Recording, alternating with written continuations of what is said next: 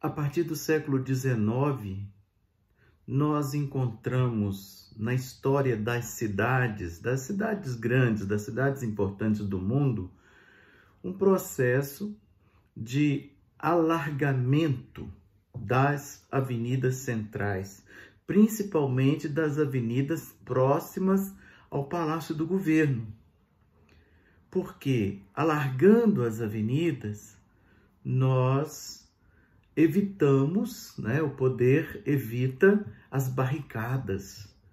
Quem assistiu o filme Los Miseráveis lembra das barricadas nas ruas estreitas de Paris, abrindo as avenidas, um Champs-Élysées e umas outras lá, evitam então essas aglomerações e a força do povo, ela é então disseminada.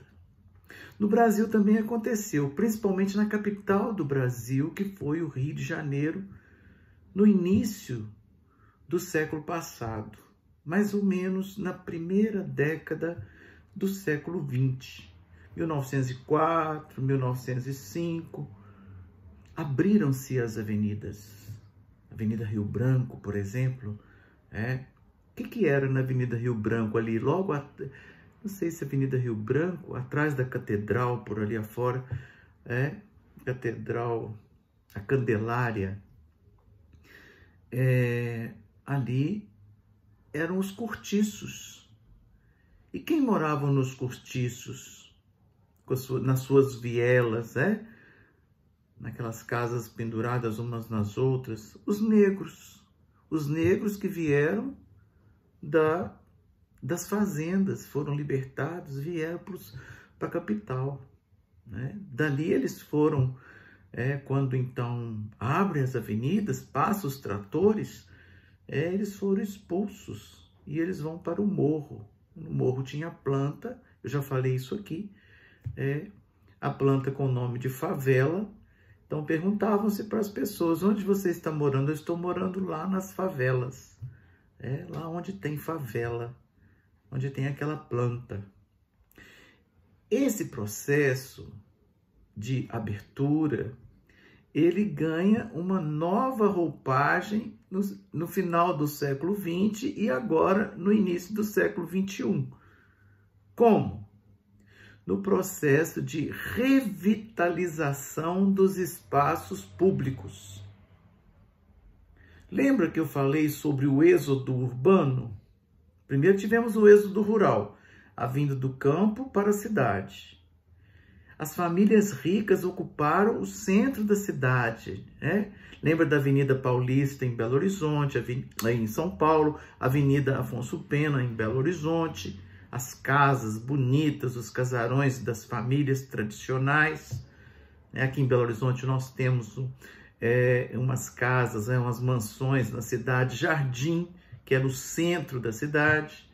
Mas essas famílias, muitos já morreram e tal, mas muitos outros saíram da cidade e foram para os condomínios, foram para os sítios, longe da cidade. Então aí há o êxodo urbano, ou seja, a saída da cidade para o campo.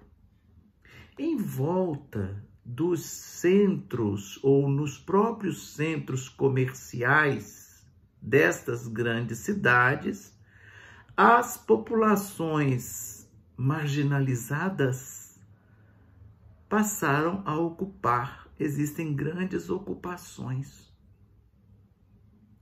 O processo de revitalização com centros culturais, museus, cafés, calçadões.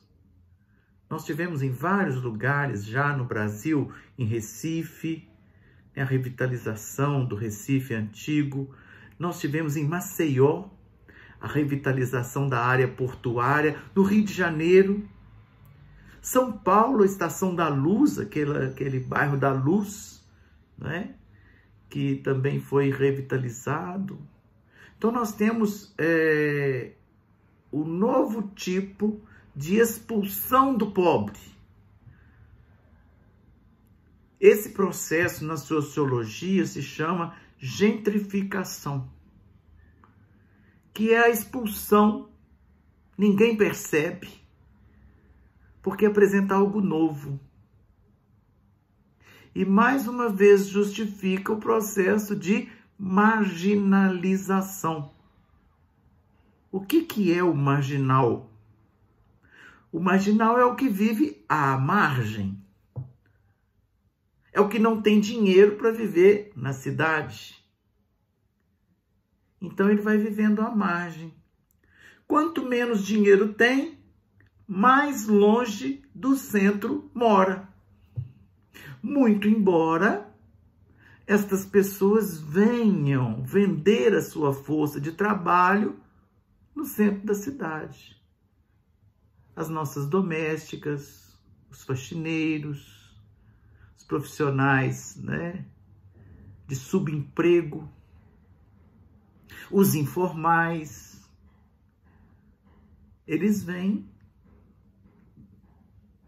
da margem para os grandes centros, garantindo a sua sobrevivência. Mas para morar, para residir, a estrutura da cidade não comporta o pobre. Não comporta o pobre. Muitos imigrantes de Nova Serrana têm o sonho de comprar o seu pedaço de terra e construir aos poucos a sua casa. Quando ele compra um pedaço de terra, ele já monta lá uma lona e vai morar na lona, porque ele economiza o aluguel. E ao economizar o aluguel, ele pode comprar o material de construção e aos poucos e rapidinho ele constrói um cômodo, bate uma laje, entra para lá, ou põe um amianto e entra para dentro daquele pedaço. E lá acontece também o processo de marginalização. Não se compra mais terrenos, né? O imigrante não é capaz de comprar o seu terreno nos bairros próximos ao centro da cidade, cada vez mais longe da cidade. Existem imigrantes adquirindo terrenos a mais de 15 quilômetros do centro da cidade.